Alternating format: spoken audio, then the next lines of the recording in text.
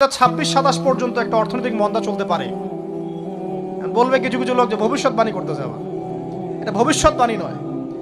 আপনি বর্তমান সম্পর্কে খবর রাখেন না বলেই বর্তমানকে আপনার ভবিষ্যৎ মনে হচ্ছে। যদিও বা বর্তমান প্রেক্ষাপটে একজন মুসলিম ভালো থাকতে পারে না।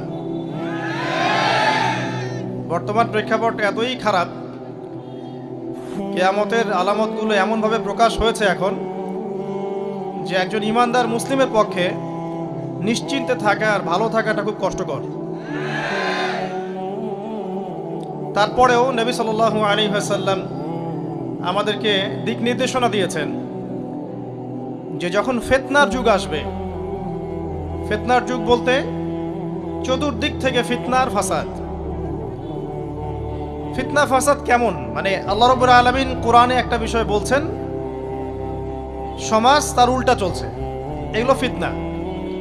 নবী সাল্লাল্লাহু আলাইহি ওয়াসাল্লাম হাদিসে একটা বিষয় বলেছেন, সমাজ তার উল্টা চলছে, এর নাম ফিতনা। পরিবারে ফিতনা, ধর্মের মধ্যে ফিতনা, সমাজে ফিতনা, অর্থনীতিতে ফিতনা, এখন সংস্কৃতির মধ্যেও ফিতনা। তো এই ফিতনাময় পরিবেশে নবী সাল্লাল্লাহু আলাইহি ওয়াসাল্লাম বলেছেন যে কেউ যদি ঈমান এবং আমলের উপরে, মানে নবী সাল্লাল্লাহু আলাইহি ওয়াসাল্লামের আদর্শের উপরে সবর করতে পারে, টিকে থাকতে পারে, তার জন্য 50 জন শহীদ সাহাবীর নেকি হবে ইনশাআল্লাহ। তো ফিতনাময় পরিবেশে যদি সবর করা যায়, হকের উপর অটল থাকার চেষ্টা করা যায়, ইনশাআল্লাহ আপনি 50 জন শহীদ সাহাবীর নেকি পাবেন ইনশাআল্লাহ। তো প্রত্যেকটা ক্ষেত্রেই আপনি ফিতনা পাবেন। পরিবারের দিকে তাকাবেন, দেখবেন পরিবারের বন্ধনগুলো আগের মতো নাই, প্রচুর ডিভোর্স হচ্ছে, স্বামী স্ত্রীর বিচ্ছেদ প্রচুর বেড়ে গেছে। তারপরে সন্তান সন্ততি আমাদের পরিবারে যারা আছে, দেখবেন এরা বেশিরভাগই দুনিয়াদার হয়ে গেছে, দিনের খুব একটা ফিকির নাই। বেশিরভাগ পরিবারের সদস্য দেখবেন নামাজ কালামের এখন ধার ধারছে না। ম্যাক্সিমাম পরিবার থেকে আস্তে আস্তে পর্দাটা কিন্তু শিথিল হয়ে যাচ্ছে। আপনি ব্যক্তি জীবনের দিকে তাকিয়ে দেখেন, গর্বের সাথে আমরা বলি না যে 90% মুসলিমের বাংলাদেশ, দেখবেন মেজরিটি সংখ্যক মুসলিম 5 ওয়াক্ত নামাজ জামাতে পড়ে না। বেশিরভাগ মুসলিম দেখবেন আল কোরআন বিশুদ্ধ করে তেলাওয়াতও করতে পারে না। তো এরপরেও আমরা দাবি করি যে আমরা প্রকৃত মুসলিম, জান্নাত আমাদের জন্য অপেক্ষা করছে। আসলে বাস্তবতা এমন নয়। যারা কোরআন আমরা টুকটাক পড়তে জানি, তাদের মধ্যে কত পার্সেন্ট কোরআনের অর্থ বোঝে? এই আল্লাহ পাকের কিতাব আমার হাতে আছে, এই কিতাবের অর্থ কতজন বোঝে, এটা একটা চ্যালেঞ্জ। যারা কোরআন পড়তে জানি আমরা, তাদের প্রতি চ্যালেঞ্জ, দেখেন তাদের মধ্যে কত পার্সেন্ট মানুষ কোরআনের অর্থ বলতে পারবে। আর অর্থটা যে জানা জরুরি, এই বিষয়টাও আমরা এখন জনগণকে বোঝাতে ব্যর্থ হচ্ছি। কোরআনের অর্থটা যে বোঝাটা জরুরি, এটা বোঝাতেও ব্যর্থ হচ্ছি। কারণ আমরা সবাই প্রত্যেক হরফে 10 নেকি পেতে চাই। কোরআন তেলাওয়াত করলে প্রত্যেক হরফে 10 নেকি হবে, এই তো। তো এই কনসেপ্ট যখন আমার মাথায় ঢুকে গেছে, আমি ওখানে নিজেকে থামিয়ে দিয়েছি। অর্থ বুঝে গবেষণা করলে এবং কোরআন কেন্দ্রিক জীবন ব্যবস্থা গড়লে যে আরো বেশি নেকি হয়, এটা আমার মাথায় নাই। প্রত্যেক হরফে 10 নেকি তো আপনি পাবেন তেলাওয়াত করলে, কিন্তু অর্থ বুঝে এর ভিতরে ঢুকলে, গবেষণা করলে এর মূল স্বাদটা পাওয়া যায়, এটা আমরা বুঝতে পারছি না। দেখবেন বেশিরভাগ মানুষ কোরআনের অর্থটা জানে না। আবার আমরা যারা টুকটাক ভাঙাচুরো অর্থ জানি, তারা আবার দেখবেন কোরআনের সমস্ত আদেশ মেনে চলতে পারছি না এবং কোরআনের সমস্ত নিষেধও বর্জন করতে পারছি না। সমস্যা কিন্তু এখানেও থেকে গেছে। আবার কোরআনের ব্যাখ্যায় আছে হাদিস। তো এই হাদিসকে কেন্দ্র করে কোনো বিভ্রান্তির সুযোগ ছিল না, কিন্তু এখানেও আমরা বিভিন্ন জাল এবং মানে বানোয়াট হাদিসের উপর আমলও শুরু করেছি। হাদিসের নামে এমন অনেক কিছুই চলছে সমাজে, যেগুলোর সাথে হাদিসের কোনো সম্পর্ক নাই। আমি বলতে চাচ্ছি যে হাদিসের নামে আবার সমাজে এমন অনেক আমল চালু আছে, যেগুলোর সাথে আবার হাদিসের কোনো সম্পর্ক নেই। তো দেখুন, ধর্মের মধ্যেও সমস্যা থেকে গেছে। আবার আমরা সবাই মুসলিম, আমাদের সবার ইউনাইটেড থাকার কথা। মুসলিম একটা জাতি, তাদের আল্লাহ একজন, রাসূল একজন, কেবলা এক, তাদের সবার মধ্যে একটা ইউনিটির কথা ছিল। কিন্তু আমরা ধর্মতাত্ত্বিকভাবে এবং পলিটিক্যালি আমরা বিভিন্ন দলে বিভক্ত এবং আপোষের মধ্যে মিল মহব্বত কম। বাইরে হয়তো আমরা বলি যে আমি একজন ধর্মতাত্ত্বিক দলের সদস্য, সে আরেকটা ধর্মতাত্ত্বিক সংগঠনের সদস্য, সে আরেকটা মানহাজ ফলো করে, সে আরেক জামায়াতের, সে আরেক তরিকার ইত্যাদি। আমরা সবাই এক, যদি আমরা বাইরেই কথাটা বলি, কিন্তু অন্তর থেকে কিন্তু আমাদের এই বিষয়টা আসছে না। তো দেখুন, ধর্মকেন্দ্রিক অনেক প্রবলেম থেকে গেছে এখনো। আবার আল্লাহ রাসূল সাল্লাল্লাহু আলাইহি ওয়াসাল্লাম হাদিসের মধ্যে এবং আল্লাহ পাক কোরআনের মধ্যে ধর্ম নিয়ে বাড়াবাড়ি করতে নিষেধ করেছে। ধর্ম নিয়ে বাড়াবাড়ি করো না, তোমরা নিজেদের ধর্ম পালন করো। তা আমরা নিজের ধর্ম যতটা না পালন করি, অন্যের ধর্মের দিকে আঙ্গুলটা তার চেয়ে বেশি তুলি। আমরা আগে নিজের রিলিজিয়নটাকে ঠিক মতো পালন করি, দেখবেন সমাজ ঠিকই পরিবর্তন হয়ে গেছে ইনশাআল্লাহ। তো আমি একটা ধর্ম পালন করি বলে অন্য ধর্মের মানুষের প্রতি বিদ্বেষ পোষণ করতে হবে বা তাদের উপর ঘৃণার মনোভাব প্রকাশ করতে হবে, এটা আল্লাহ পাক শেখান নাই, তার রাসূল শেখান নাই। আল্লাহ এবং তার রাসূল কি শিখিয়েছেন? ইসলামের সত্য বিষয়টাকে আপনি সবার সামনে উপস্থাপন করবেন, যার ইচ্ছা হবে সে কবুল করবে, যার ইচ্ছা হবে সে অস্বীকার করবে। যার যার কবরে শেষে যাবে, যার যার হিসেব শেষে দিবে। চাপিয়ে দেওয়ার সিস্টেমটা ইসলামের মধ্যে নাই। এখন আসেন, পরিবারের আপনাকে ফিতনা কিছু বললাম। অর্থনীতির জীবনে যাবেন, ব্যবসা বাণিজ্যের মধ্যে যান, দেখেন বেশিরভাগ কালোবাজারি করছে, সিন্ডিকেট করছে, মজুদদার মাপে কম দিচ্ছে, জনগণকে ঠকাচ্ছে, করছে না? এগুলো পলিটিক্যাল ফিতনা, এগুলো ইকোনমিক্যাল ফিতনা। তারপরে আপনি আরো দেখবেন ইকোনমিক সেক্টরে রিবা ভর্তি, সুদ। রিবা মানে কি? সুদ, রিবা দিয়ে ভর্তি। ঘুষ ছাড়া কাজ হচ্ছে না, ঠিক আছে? অন্যের সম্পদ আত্মসাৎ না করলে আমাদের পেটের ভাত হজম হচ্ছে না। তো এই যে দুর্নীতি বলেন, ঘুষ বলেন, রিবা বা সুদ বলেন, হ্যাঁ, তারপরে কালো বাজারি বলেন, কালো টাকা সাদা করার টেন্ডেন্সি বলেন, পাচার বলেন, সবগুলো অর্থনৈতিক ফিতনা। এগুলো হচ্ছে কি? অর্থনৈতিক ফিতনা। আর বিশ্বের ফিতনা তো পরে, ওটা তো বলার অপেক্ষা রাখে না। মানে বিশ্বের সবচেয়ে বড় ফিতনা ছিল দ্বিতীয় বিশ্বযুদ্ধ। তার আগে একটা হয়েছে প্রথম বিশ্বযুদ্ধ, যেখানে প্রায় কয়েক কোটি মানুষ মারা গেছে, আর সেকেন্ড ওয়ার্ল্ড ওয়ারে আরো বেশি মানুষ মারা গেছে। তো এখন বিশ্বকে ঠেলে দেওয়া হচ্ছে একটা থার্ড ওয়ার্ল্ড ওয়ারের দিকে। মানে যে কোনো সময় একটা তৃতীয় বিশ্বযুদ্ধের আশঙ্কা করছেন এখনকার যারা মিলিটারি অ্যাফেয়ার্স নিয়ে পড়াশোনা করেন, ওয়ার্ল্ড অ্যাফেয়ার্স নিয়ে পড়াশোনা করেন, তারা এগুলো বলতে পারবেন ভালো। বিশ্বকে একটা খাদ্য মন্দার দিকে ঠেলে দেওয়া হচ্ছে, বিশ্বকে একটা দুর্ভিক্ষের দিকে ঠেলে দেওয়া হচ্ছে। এবং মহামারীর মধ্য দিয়ে অলরেডি কিন্তু আমাদের বিভিন্ন দেশের ইকোনমিক অবস্থা ভালো না, তার উপরে খাদ্য সংকট, তার উপরে যে বৈশ্বিক যুদ্ধগুলো, আমদানি রপ্তানি বন্ধ হয়ে যাচ্ছে, তেল গ্যাসের দাম বেড়ে যাচ্ছে, জনগণ হাহাকার করছে। এই পলিটিক্যাল গ্লোবাল অ্যাফেয়ার্সের ফিতনা এগুলা। তা আপনাকে এই জন্যই প্রথমে আমি একটা কথা বললাম যে ফিতনাময় একটা পরিবেশে একজন মুমিন যার অন্তর্দৃষ্টি আছে, যে কোরআন এবং সুন্নাহ দিয়ে এই বিশ্বের এই রহস্যগুলো উদ্ঘাটন করতে পারে, সে ভালো থাকতে পারে না। তার মনটা সবসময় কিন্তু মানে ব্যাকুল থাকবে যে কিভাবে এইসব সমস্যা থেকে নিজে উত্তরণের পথ খুঁজতে পারি, আর আমার পরিবারকে বাঁচাতে পারি, আর আমার জনগণকে বাঁচাতে পারি। আর যদি আপনি আত্মকেন্দ্রিক হন, স্বার্থপর হন, তাহলে নিজের চটকায় তেল দিবেন, নিজে ভালো থাকলেই বাপের নাম। তো দেখুন, এই জামানার কথাই নবীজি বলছেন সাল্লাল্লাহু আলাইহি ওয়াসাল্লাম, তোমাদের সামনে এমন একটা যুগ আসছে, নবীজি বলছেন জামানা সবরিন, কঠিন জামানা, যে জামানায় ঈমান নিয়ে চলাটা হবে হাতের মধ্যে আগুন নিয়ে চলার মতো। নবীজি বলছেন ওই সময়ে সাহাবী জিজ্ঞাসা করছেন, ইয়া রাসূলুল্লাহ, আমি ওই সময়ে কি করব? ওই সময় আমি কি করব? আমাকে কি পরামর্শ দিচ্ছেন? নবী সাল্লাল্লাহু আলাইহি ওয়াসাল্লাম বলছেন, হে আমর ইবনে আস, তুমি ওই সময় বাড়িতে অবস্থান করো, বাসায় থাকো, বিনা প্রয়োজনে বাড়ির বাইরে এসো না। ওই সময় তুমি নিজের পাপের জন্য আল্লাহর কাছে ক্রন্দন করতে থাকো, বিনা প্রয়োজনে বাড়ির থেকে বের হয়েও না। আর মানুষের সাথে এত বেশি মেলামেশা করো না, নিজে তোমার আমল, তোমার গুনাহ নিয়ে ব্যস্ত থাকো, তোমার পাপের জন্য আল্লাহর কাছে কান্নাকাটি করো, ইনশাআল্লাহ তুমি নাজাত পেয়ে যাবে। এটা একটা অপশন, ফিতনাময় পরিবেশে আপনি কিভাবে বাঁচবেন এটা একটা অপশন।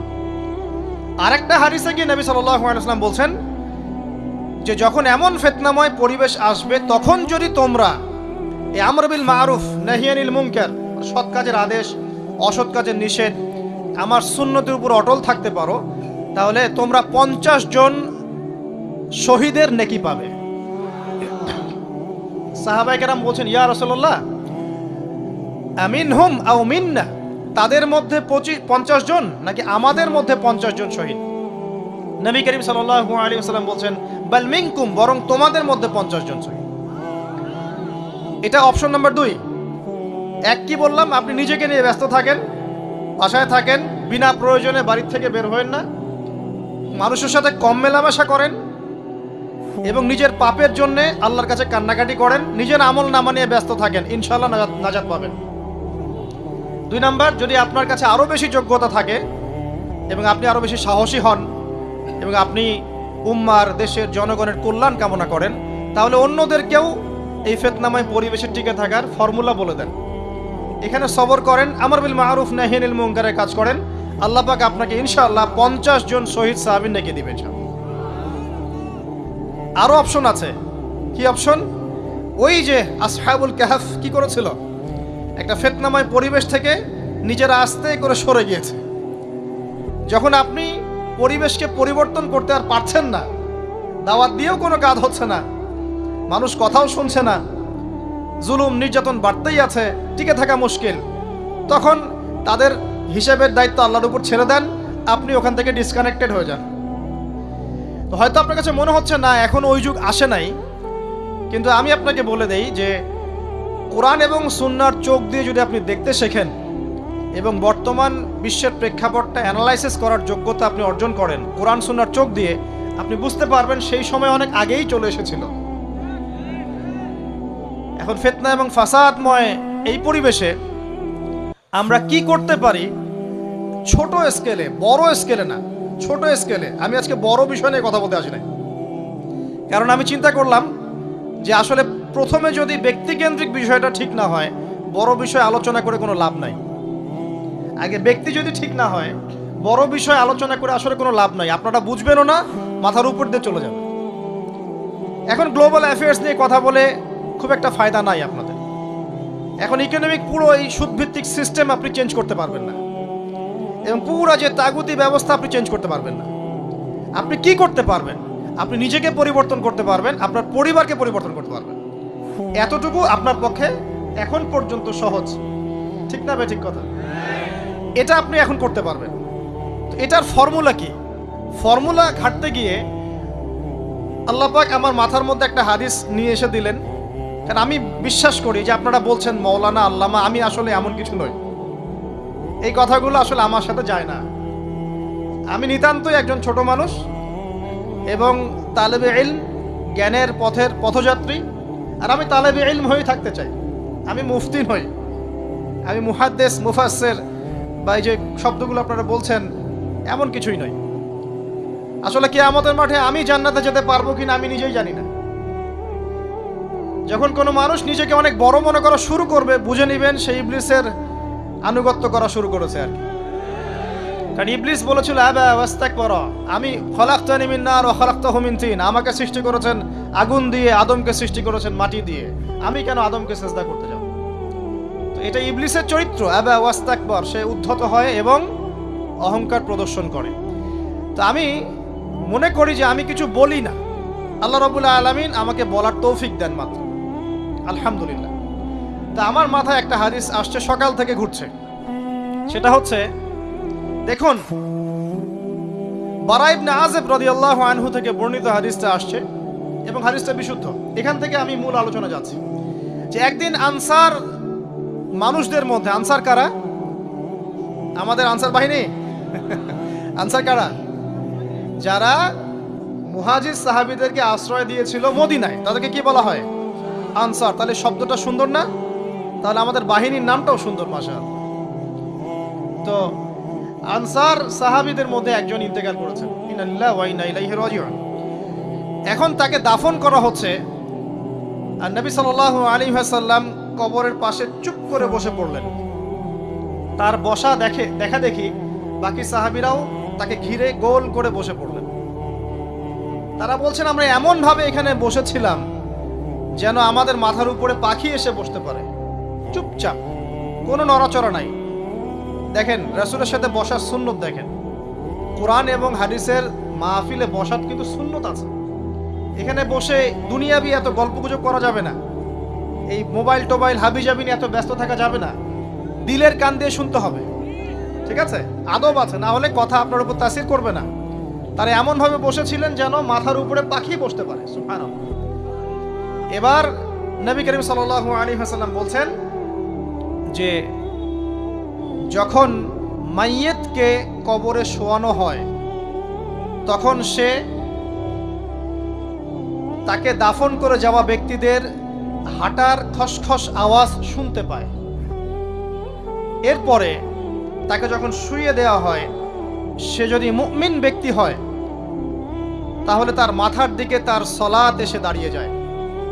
দুনিয়াতে আপনি যে নামাজগুলো পড়েছেন, আমি যে নামাজগুলো পড়ছি, এগুলো মাথার দিকে দাঁড়িয়ে যায়। ডান দিকে চলে আসে তার সওম মানে কি? রোজা।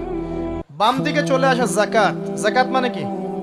যাকাতের সাথে তো আমরা পরিচিত নই। আমরা ওই যে রাস্তাঘাটে যে দান খয়রাতগুলো উঠানো হয় এগুলোর সাথে খুব পরিচিত, তাই না? কত টাকা, কত পয়সা, কি কি গান করে আর টাকা কালেকশন করে না? অনেক সময় দেখা যায় রাস্তায় যাচ্ছি আমরা গাড়ি নিয়ে, পারলে গাড়ির সামনে এসে হুমড়ি খেয়ে পড়বে টাকা নেওয়ার জন্য। এইভাবে টাকা কালেকশন করতে কে শিখিয়েছে ইসলামে? আর আমরা অনেক সময় ছোট ছোট বাচ্চাদেরকে দিয়ে, মাদ্রাসার ছোট ছোট বাচ্চাদেরকে দিয়ে টাকা কালেকশন করাই। এটা ঠিক না। কেন ঠিক না জানেন? ছোটবেলা থেকেই ওর ব্যক্তিত্ব নষ্ট হচ্ছে। এই হাতটা উত্তম না এই হাতটা উত্তম? উপরের হাত উত্তম, নিচের হাত উত্তম? তো ছোটবেলা থেকে সে নিচের হাতে অভ্যস্ত হচ্ছে। দেখেন, এত টাকা পয়সা কালেকশন করে আমাকে আরেকটা স্বতন্ত্র মসজিদ করতেই হবে জরুরি? খুবই জরুরি ছিল। মানুষের কাছে হাত চেয়ে, হাত পেতে রাস্তাঘাটে এরকম করে গাড়ি থামিয়ে, তারপরে কি বলবো, সুর করে গান গেয়ে এত টাকা পয়সা কালেকশন করতেই হবে? মসজিদটা আমাকে টাইলস ফিটিং করতেই হবে? এসি মসজিদ করতেই হবে? আমরা এমনও মসজিদ রংপুরে দেখেছি 10 বছরেও টাকা কালেকশন শেষ হয়নি। 10 বছর ধরে কালেকশন হচ্ছে। আমি ছোটবেলা থেকে দেখছি কালেকশন হচ্ছে। কি বুঝলেন? তো এগুলো আমাদের ব্যক্তিত্ব নষ্ট করে। মুসলিমরা উপরের হাতের মালিক। সারা বিশ্ব আমরা একসময় চালিয়েছি। এই পশ্চিমা সভ্যতা আমাদেরকে কি শিখায়? সারা বিশ্ব আমরা চালিয়েছি। এই আপনার উমাইয়া খেলাফতের সময়ও কর্ডোভায় আব্দুর রহমানের যে শাসন ছিল, কর্ডোভায়, স্পেন, পর্তুগাল, এই পুরো জায়গাগুলো পশ্চিমা বিশ্বের, এগুলো মুসলিমরা শাসন করেছে প্রায় 500-600 বছর। ইতিহাস তো আমরা জানিও না, পড়িও না, ভুলে গেছে। ইতিহাস পড়তে হয়। হিস্ট্রি ঘাটলে দেখবেন রাসূল সাল্লাল্লাহু আলাইহি ওয়াসাল্লামের 23 বছরের নববী যুগ, স্বর্ণযুগ, তারপর আবু বকর সিদ্দিকের খেলাফত, তারপর উমর ইবনুল খাত্তাবের খেলাফত। আবু বকর সিদ্দিকের 2 বছর বা 2.5 বছর, উমর রাদিয়াল্লাহু আনহুর প্রায় 10 বছর, তারপর উসমান রাদিয়াল্লাহু আনহুর 12 বছর, আলী রাদিয়াল্লাহু আনহুর প্রায় 2-2.5 বছর, তারপরে হাসান রাদিয়াল্লাহু আনহু 6 মাস। এরপরে উমাইয়া খেলাফত শুরু হলো মুয়াবিয়া রাদিয়াল্লাহু আনহুর হাতে, প্রায় 20 বছর। উমাইয়ারা শাসন করেছে প্রায় 90 থেকে 100 বছর। তারপর জাব নদীর যুদ্ধে উমাইয়া আব্বাসীয়রা একে অপরের সাথে যুদ্ধ করেছে, করে উমাইয়ারা পরাজিত হয়ে আব্বাসীয়রা ক্ষমতায় গিয়েছে। ক্ষমতায় গিয়ে তারা প্রায় শাসন করেছে প্রায় 550 বছর। এদিকে উমাইয়াদের মধ্যে যারা পরাজিত হয়েছে ওরা চলে গিয়ে কর্ডোভা, আন্দালুসিয়া, ওইদিকে খেলাফত কায়েম করেছে। তারপরে আবার এদিকে ফাতেমি খেলাফত ছিল, উসমানীয় খেলাফত ছিল, তারপরে মিশরে তুলুনি একটা রাজবংশ ছিল, আমাদের সাবকন্টিনেন্টে মোগলরা ছিল, সারা বিশ্বে আমরাই ছিলাম। ইতিহাস তো ভুলে গেছে। তা আমরা সবসময় উপরের হাত ছিলাম, উপরের হাত। আমরা দিতাম, মানুষ নিত। আর এখন কি হচ্ছে? আমরা এখানে আমরা চাই, মানুষ দেয়। আর ওরা কি এমনি দেয়? ওরা চড়া সুদ দিবে না? ওয়ার্ল্ড ব্যাংকে যান লোন নিতে, চড়া সুদ।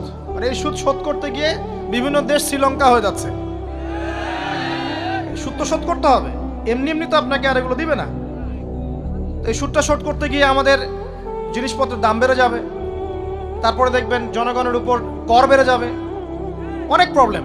আর এই প্রবলেমগুলো ফেস করতে হবে কি কারণে? রিবা বা সুদের কারণে। তো এই যে বলছি, দেখেন ছোটবেলা থেকেই যে আমরা নিচের হাতে অভ্যস্ত হচ্ছি, এটা ত্যাগ করতে হবে। ব্যক্তিত্বের পরিচয় দেন। এত টাকা পয়সা চেয়ে প্রতিষ্ঠান করার দরকার নাই।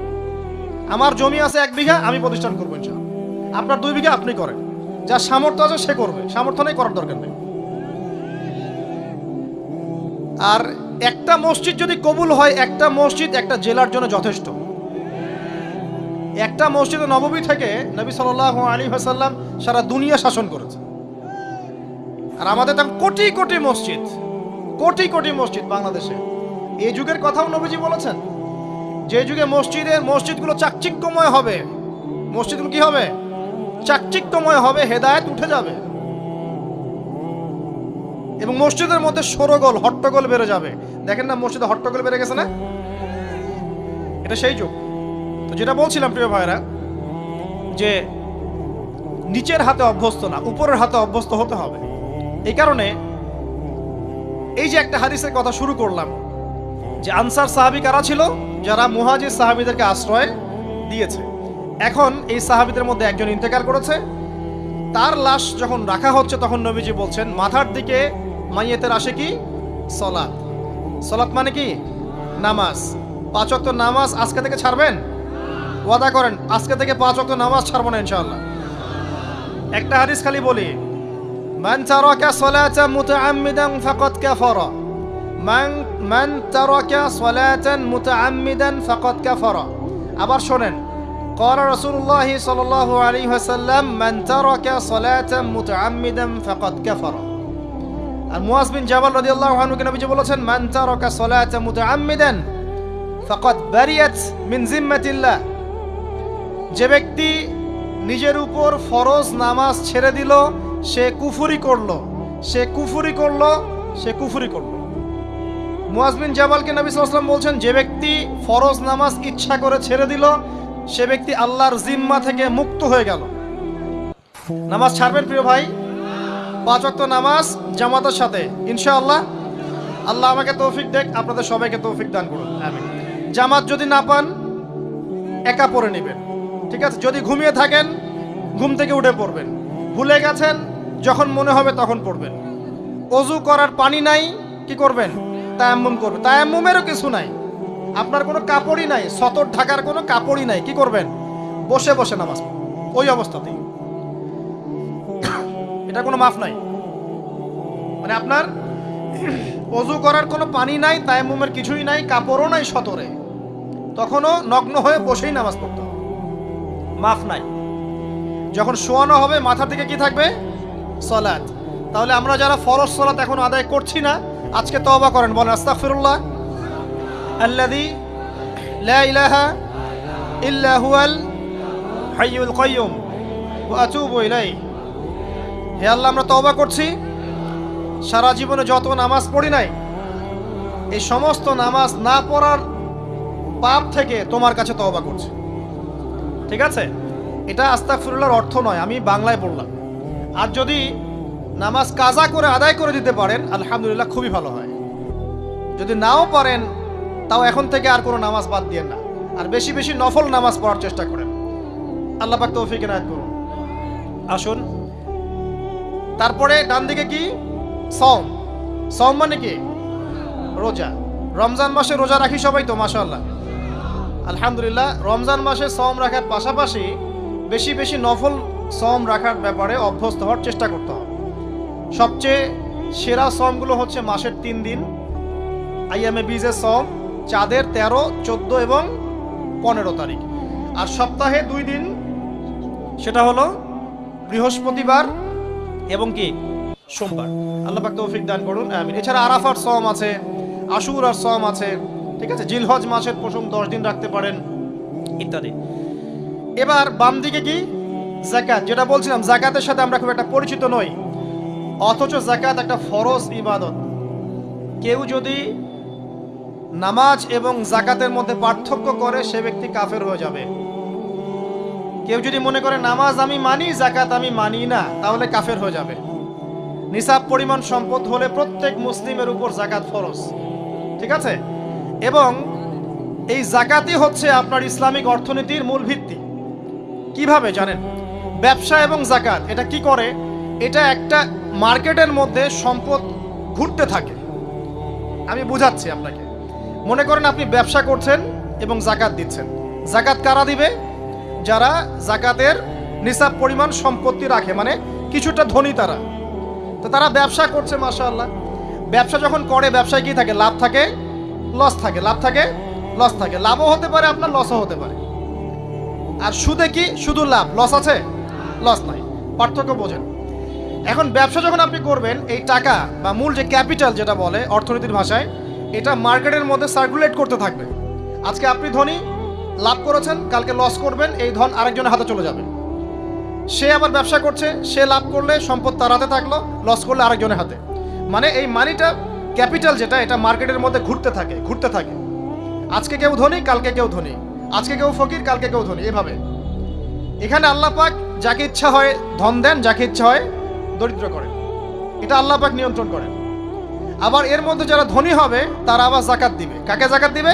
যে গরিব তাকে। এই কারণে অর্থনৈতিক সাম্য থাকবে এবং টাকা, ক্যাপিটাল মার্কেটে সার্কুলেট করতে থাকবে। এটা হচ্ছে ইসলামিক ইকোনমিক্স। বোঝাতে পারছি না মনে হয়। আর রিবায় কি হবে? রিবায় কোনো লসের চান্স নাই। মানে এখানে ধনী আরো ধনী হতে থাকবে, গরিব আরো গরিব হতে থাকবে, প্লাস যাকাতও দিবে না। তখন সমাজের একটা অংশ অনেক ধনী হবে, আর একটা অংশ একদম মাটিতে পড়ে যাবে, কোনো ব্যালেন্স হবে না। এই কারণে বিশ্বের একটা অংশ, ওই বিশ্বের একটা বড় অংশ যারা সুদখোর, যেখান থেকে সুদ এসেছে, ওইটা আস্তে আস্তে ধনী হয়ে গেছে এবং বিশ্বের বহু কান্ট্রি আস্তে আস্তে দারিদ্র সীমার নিচে চলে আসছে। এটা শুধু ব্যক্তির ক্ষেত্রেই নয়, এটা সমাজের ক্ষেত্রেই নয়, পুরো বিশ্বেটা হচ্ছে। তো এই হলো রিবা এবং ব্যবসা ভিত্তিক, যাকাত ভিত্তিক ইকোনমিক সিস্টেমের পার্থক্য, বেসিক ডিফারেন্স। রিবার মধ্যে আল্লাহ পাক তার হাত উঠিয়ে নেন, আল্লাহ পাক সেখানে আর ইন্টারফেয়ার করেন না। ঠিক আছে, সুদ খাচ্ছ, তুমি তোমার মতো চলো। আর ব্যবসা ভিত্তিক ইকোনমিক্স চললে আল্লাহ পাক সেখানে কাউকে ধন দিবেন, কারো কাছ থেকে নেবেন। আপনার ধন নিয়ে আমাকে দিবেন, আমার ধন নিয়ে আপনাকে দিবেন। আর আমি যদি ধনী হই, আমি আবার যাকাত দিব, সেই যাকাতের টাকা আবার আপনার হাতে যাবে, কেউ না খেয়ে মরবে না।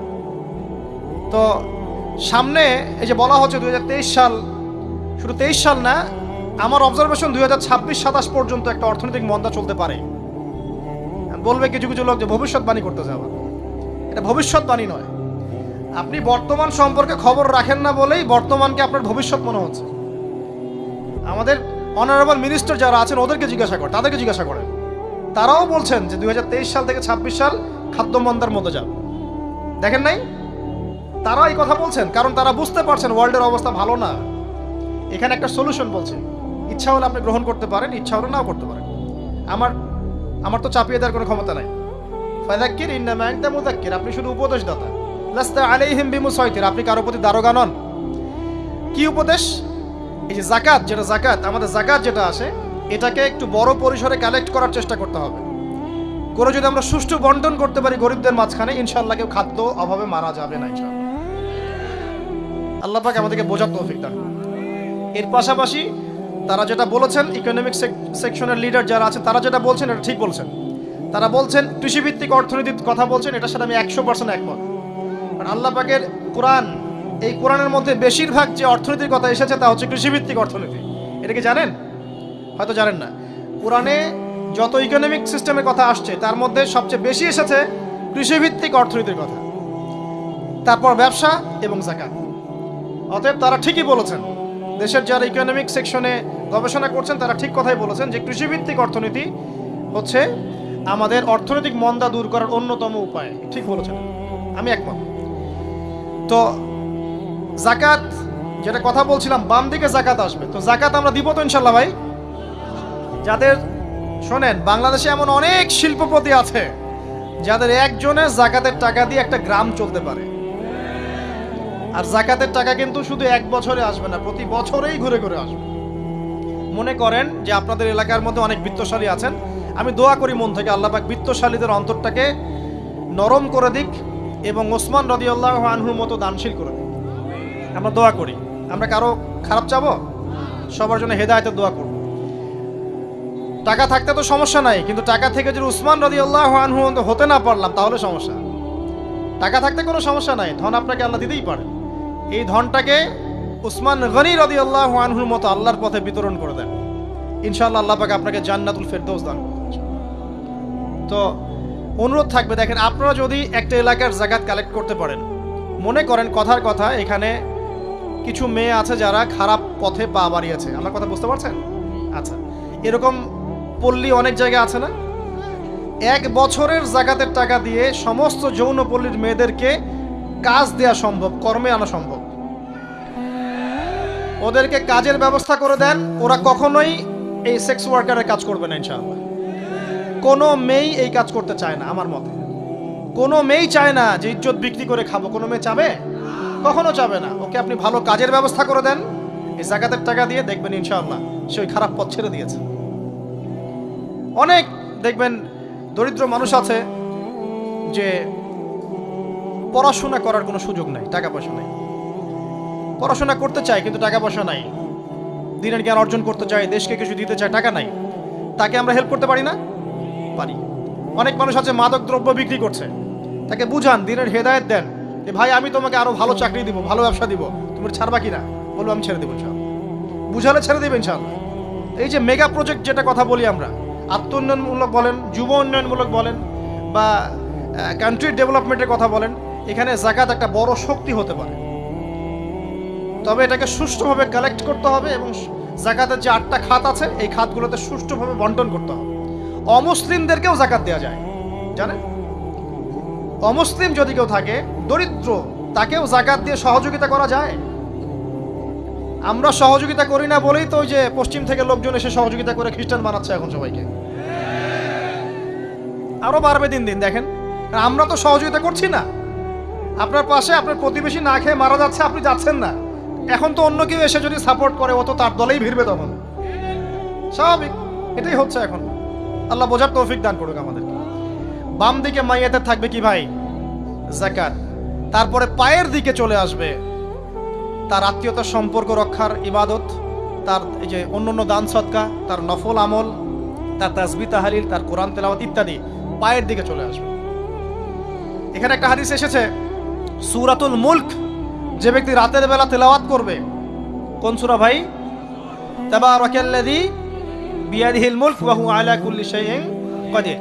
এই সূরা যে ব্যক্তি রাতের বেলা করে তেলাওয়াত করবে, ইনশাআল্লাহ সূরা মুলকও কবরে তার সাথে থাকবে এবং কবর আযাব থেকে সূরা মুলক তাকে বাঁচাবে ইনশাআল্লাহ। আমি বুঝাচ্ছি যে কি অবস্থাটা হবে। এবার দুজন ফেরেশতা মাথার দিক থেকে আসবেন, আসতে চাইবেন, সালাত বলবে এখান দিয়ে আসা যাবে না, এদিক দিয়ে আসা যাবে না। ডান দিক দিয়ে আসতে চাইবেন, এদিক দিয়ে আসা যাবে না। বাম দিক দিয়ে আসতে চাইবেন, যাকাত বলবে এদিক দিয়ে আসা যাবে না। পায়ের দিক দিয়ে আসতে চাইবেন, আমলগুলো বলবে এদিক দিয়ে আসা যাবে না। তখন যাই হোক তারা আসবেন। এটা তাদের, এটা কথা কি? এটা কথাটা হচ্ছে যে সলাতের গুরুত্ব, মানে সে সলাত আদায় করেছে, সে আমার হক আদায় করেছে, আমি তার পক্ষে আছি, এটা পক্ষে বোঝাচ্ছে। রোজা বলবে আমি ওর পক্ষে আছি, তাকে আপনি কোনো শাস্তি দিবেন না, আমি তার পক্ষে আছি। আপনারা দুজন তাকে শাস্তি দিবেন না, আমি যাকাত তার পক্ষে আছি, এটা পক্ষে থাকার কথা। তারপরেও তারা আসবেন, চোখগুলো হবে নীল এবং কালো বর্ণ, নীলাভ চোখের, কালো। মুনকার নাকি উঠে বসিয়ে দেওয়া হবে। এবার 3টা প্রশ্ন। প্রথমে প্রশ্ন হচ্ছে কি, মান রব, তোমার রবকে? তখন মুমিন বান্দা বুক ফুলিয়ে বলবে রব্বি আল্লাহ, আমার রবকে আল্লাহ। পৃথিবীতে যে ব্যক্তি আল্লাহর সাথে শিরিক করে নাই, আল্লাহর তাওহীদের উপর থেকেছে এবং তার উপরে মৃত্যুবরণ করেছে, ইনশাআল্লাহ সে ব্যক্তি এর উত্তর নির্দ্বিধায় দিতে পারবে ইনশাআল্লাহ। আর দুনিয়াতে যে বা যারাই আল্লাহর সাথে শিরিক করবে, আল্লাহর সাথে শিরকের পাপে লিপ্ত হবে, ওই অবস্থায় মারা যাবে, তাওহীদের উপর থাকবে না, কোশ্চিন কালেও মান রব্বুক উত্তর দিতে পারবে না। তারপরে প্রশ্ন হয়ে যাবে মা দিনুক, তোমার দিন কি ছিল? মুমিন বান্দা উত্তর দিবে কি, দীনি আল ইসলাম, আমার দিন ছিল ইসলাম। এখানে শুনে রাখেন, পৃথিবীতে যারা ইসলামকে পরিপূর্ণরূপে পালন করবে তারাই এই উত্তর দিতে পারবে ইনশাআল্লাহ। যারা ইসলামকে ঠাট্টা বিদ্রুপের, হাসি তামাশার পাত্র বানিয়েছে, মন চাইলে কিছু করি, মন চাইলে কিছু করি না, সহজগুলো একটু আমল করি, বাকি কিছুর আমল ধার ধারি না, হ্যাঁ, নামাজ পড়ি, সুদ ছাড়তে পারি না, ঠিক আছে, বছর বছর ওমরা করি, এদিকে ঘুষ দুর্নীতি ছাড়তে পারি না, ইসলামকে ঠাট্টা তামাশার পাত্র বানিয়েছে, এরা কোশ্চিনকালে উত্তর দিতে পারবে না মা দিনুক, দিনে পরিপূর্ণরূপে ইসলামে প্রবেশ করতে বলেছেন আল্লাহ রাব্বুল আলামিন। যারা পরিপূর্ণরূপে ইসলামে প্রবেশ করবে এবং ইসলামের প্রতিটা মৌলিক বিধান মেনে চলবে, ইনশাআল্লাহ তারা এর উত্তর দিতে পারবে। এরপরে আসবে তৃতীয় প্রশ্ন। নবী সাল্লাল্লাহু আলাইহি ওয়াসাল্লামকে দেখানো হবে, যখন দেখানো হবে তখন সূর্য যখন ডুবে যায়, যে দৃশ্যটা আমরা দেখতে পারি না, ওই দৃশ্যটা ভেসে উঠবে এবং মুমিন বান্দা অস্থির হয়ে যাবে, বলবে আমাকে ছেড়ে দাও, আমি নামাজ পড়বো। সুবহানাল্লাহ। কারণ তার কাছে মনে হবে যে আসরের ওয়াক্ত হয়ে গেছে, আসরের ওয়াক্ত হয়ে গেছে, আসরের ওয়াক্ত চলে যাচ্ছে, আমাকে নামাজ পড়তে হবে। চিন্তা করেছেন? ওই যে একটা হাদিস আছে না, যে 7 শ্রেণীর মানুষকে আল্লাহ রাব্বুল আলামিন আরশের ছায়া দিবেন, তার মধ্যে এক শ্রেণীর মানুষকে যার অন্তর মসজিদের সাথে ঝুলে থাকে, তার মন মসজিদের সাথে ঝুলেছিল, এই সূর্য ডুবে গেল বলে আমাকে ছেড়ে দাও, আমি নামাজ পড়তে যাব। তখন ফেরেশতারা বলবেন তোমাকে নামাজ পড়তে দেয়া হবে, তবে তার আগে তুমি এর উত্তর দাও। কি উত্তর? এই ব্যক্তির দিকে তাকাও। তখন নবী সাল্লাল্লাহু আলাইহি ওয়াসাল্লামকে দেখানো হবে, সাল্লাল্লাহু আলাইহি ওয়াসাল্লাম দরুদ পড়বেন, বলা হবে যে এই ব্যক্তির সম্পর্কে তোমার কি ধারণা? মান হাযা রাজুলু বুইসা ফীকুম, এই ব্যক্তি কে, যাকে তোমাদের কাছে পাঠানো হয়েছিল? মুমিন ব্যক্তি নির্দ্বিধায় বলে দিবে যে তিনি হচ্ছেন আমার নবী মুহাম্মদুর রাসূলুল্লাহ সাল্লাল্লাহু আলাইহি ওয়াসাল্লাম। দেখুন, পৃথিবীতে যে বা যারাই নবী সাল্লাল্লাহু আলাইহি ওয়াসাল্লামের সুন্নতের উপর আমল করবে, ইনশাআল্লাহ সে তার উত্তর দিতে পারবে। দুনিয়াতে যারা নবীর সুন্নতের 5 পয়সা পরোয়া করছে না, তার আদর্শের 5 পয়সা দাম দিচ্ছে না, তারা কোশ্চিনকালে উত্তর দিতে পারবে না। নাম হতে পারে আব্দুর রহমান, আব্দুর রহিম, নবীর সুন্নতের ধার ধারে না, তারা উত্তর দিতে পারবে না। তো নবীর সুন্নতের গুরুত্ব কত গভীর, এটা আমাদেরকে এখান থেকে বুঝতে হবে। তাই প্রিয় যুবক ভাইরা, মুসলিম ভাইরা, আমাদের জীবনটাকে নবীর আদর্শ এবং সুন্নতে ঢেলে সাজাতে হবে। সকাল থেকে সন্ধ্যা পর্যন্ত প্রতিটা কাজ করব কার তরিকায়? রাসূলের তরিকায়। নামাজ পড়বো তার তরিকায়, রোজা, সিয়াম, হজ, জাকাত, আমল, মুআমালাত, আখলাক সব কার তরিকায়? নবী সাল্লাল্লাহু আলাইহি ওয়াসাল্লামের তরিকা অনুযায়ী ইনশাআল্লাহ। আল্লাহ পাক তৌফিক এনায়েত করুন, আমিন। এবার ফেরেশতা দুজন জিজ্ঞাসা করবেন অবাক হয়ে যে তুমি কিভাবে এটা জানলে, তুমি কিভাবে এই 3টা প্রশ্নের উত্তর দিতে পারলে? কারণ বেশিরভাগ মানুষ তো উত্তর দিতে পারবে না, বেশিরভাগ মানুষই এই উত্তর দিতে পারবে না। কারণ কিয়ামতের মাঠে 1999 জন মানুষ জাহান্নামে যাবে, নাউজুবিল্লাহ। তো এটা কঠিন পরীক্ষা। আল্লাহ রাসূল সাল্লাল্লাহু আলাইহি ওয়াসাল্লাম বলেছেন যে নিশ্চয়ই তোমাদেরকে এখানে পরীক্ষায় ফেলা হবে, আর তোমরা যদি এই পরীক্ষা জেনে তোমাদের মৃতদেরকে দাফন করা থেকে বিরত না থাকতে, তাহলে আমি তোমাদেরকে শুনিয়ে দিতাম কবরে কেমন পরীক্ষা হয়। মানে যদি আমরা শুনতে পারতাম যে কবরে কেমন পরীক্ষা হয়, আমরা ভয়ে আমাদের মৃতদেরকে দাফন পর্যন্ত করতাম না। এটা নবীজি বলছেন সাল্লাল্লাহু আলাইহি ওয়াসাল্লাম। তাকে জিজ্ঞাসা করা হবে যে তুমি কিভাবে জানলে এটা? বেশিরভাগ মানুষ তো পারে না উত্তর দিতে। তখন সেই ব্যক্তি বলে বসবে, সেই ব্যক্তি বলবে যে করাতু কিতাব আল্লাহ, আমি আল্লাহর কিতাব এই কোরআন পড়েছি। মুমিন বলবে আমি আল্লাহর কোরআন পড়েছি, ফাআমানতু বিহি, আমি এর উপর ঈমান এনেছিলাম, ওয়া সাদ্দাকতু, এবং সত্যায়ন করেছিলাম। সুবহানাল্লাহ। অতএব দুনিয়াতে যারা দ্বীনের জ্ঞান অর্জন করছে না, কোরআন পড়ছে না, হাদিস পড়ছে না, পড়াশোনার চেষ্টা করছে না, জানার চেষ্টা করছে না, কবরে পার পাওয়া ডিফিকাল্ট আছে।